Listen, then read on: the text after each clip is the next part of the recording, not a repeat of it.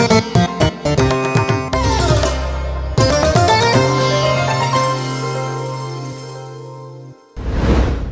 প্রিয়জনেরা, আজ সকালে প্রভু যিশুর নামে আপনাদের সকলকে অভিনন্দন জানাই। এই জায়গাটা দেখছেন, দেখুন এখানে কত ভিড় রয়েছে।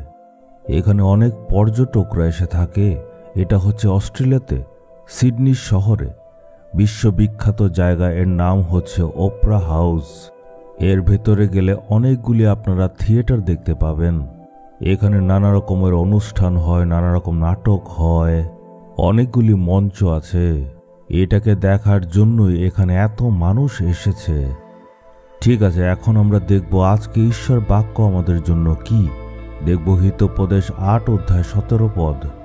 যারা আমাকে খোঁজে তারা আমাকে খুঁজে পায়। এখানে প্রভু স্পষ্টভাবে বলছেন, যারা আমাকে খোঁজে তারা আমাকে পাবে।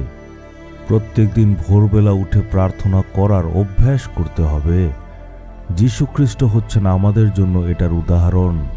মার্ক 1 অধ্যায়ের 31 পদে যদি দেখি, আমরা দেখতে পাবো কিভাবে প্রভু যীশু ভোরবেলা উঠে জঙ্গলে গিয়ে নির্জন জায়গাতে প্রার্থনা করেছিলেন। ভোরবেলা উঠেই যাতে আমরা ঈশ্বরের চরণে এসে প্রার্থনা করি। একদম ভোরবেলা সূর্য উদয়ের আগেই যদি উঠে ঈশ্বরের চরণে আমরা যাই, তখন আমরা ঈশ্বরের সান্নিধ্য পেতে পারি। তখন ঈশ্বর আমাদের পাশে আসবেন, আর তখন আমরা ওনার রব শুনতে পাব।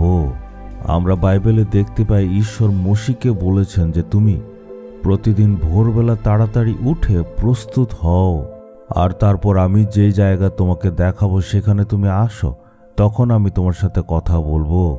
আর সে অনুসারে আমরা দেখতে পাই যে মোশি নিজেকে প্রস্তুত করলো, আর তারপর ভোরবেলা উঠে সিনাই পর্বতে গেল। সেখানে সে ঈশ্বরের বাক্য শুনল আর বিধানটাও পেল। এই সিনাই পর্বতটা আপনারা মিশর দেশে দেখতে পাবেন। আমার ইচ্ছা ছিল আমি একবার গিয়ে সেটা দেখি। তো যখন আমি ইসরায়েলে গেলাম, তখন আমাদের বাস হোটেলে রাত 11টার সময় পৌঁছলো। আর গাইড আমাদেরকে বলল, আপনারা সকলে যদি ভোরবেলা 2টোর সময় উঠে যান, তখন আমরা আপনাদেরকে নিয়ে সেই সিনাই পর্বতে যেতে পারবো। কারণ সূর্য উদয়ের আগে 6টার মধ্যে পৌঁছানোর জন্য 2টোর সময় আমাদের বের হতে হবে। তো আমার মধ্যেও ইচ্ছা ছিল যাতে আমি তাড়াতাড়ি সেখানে যাই। তার মানে আরাম করার সময় ছিল না, তাড়াতাড়ি প্রস্তুত হয়ে গেলাম। তো ভোর 2টোর সময় যাত্রা শুরু করলাম, আর ভোর 6টার মধ্যে সেখানে পৌঁছে গেলাম। প্রভু সাহায্য করলেন। আমি গিয়ে দেখলাম যে অনেক সুযোগ সুবিধা আছে, সিঁড়ি আছে, সিঁড়ি ধরে আমরা উপরে উঠতে পারলাম। কিন্তু আমি মনে মনে সেটা ভাবছিলাম যে মোশির সময় তো এমন সুযোগ সুবিধা ছিল না। কত কষ্ট করে এত উঁচু পাহাড় সে উঠল আর ঈশ্বরের কাছে এসে কথা বলল। এমন অভ্যাস আমাদের জীবনে আমাদের করতে হবে। প্রতিদিন ভোরে উঠে ঈশ্বরের চরণে আসতে হবে। একদম ভোরবেলা উঠে প্রার্থনা করা হয়তো প্রথম দিকে কষ্ট হতে পারে, কিন্তু যখন ঈশ্বরের উপস্থিতির অভিজ্ঞতা আপনার হবে, তখন দেখবেন আপনার আত্মা সবসময় অপেক্ষা করবে। এই জন্য আজ আপনি নিজেকে অর্পণ করুন, এটা খুবই প্রয়োজনীয়। আমি যখন প্রার্থনা করি তখন সবসময় ঈশ্বরকে বলি, প্রভু আমিও যাতে ভোরবেলা প্রতিদিন উঠে আপনার চরণে আসতে পারি। আপনাকেও ভোরে উঠে প্রার্থনা করার জন্য ঈশ্বর সাহায্য করবেন।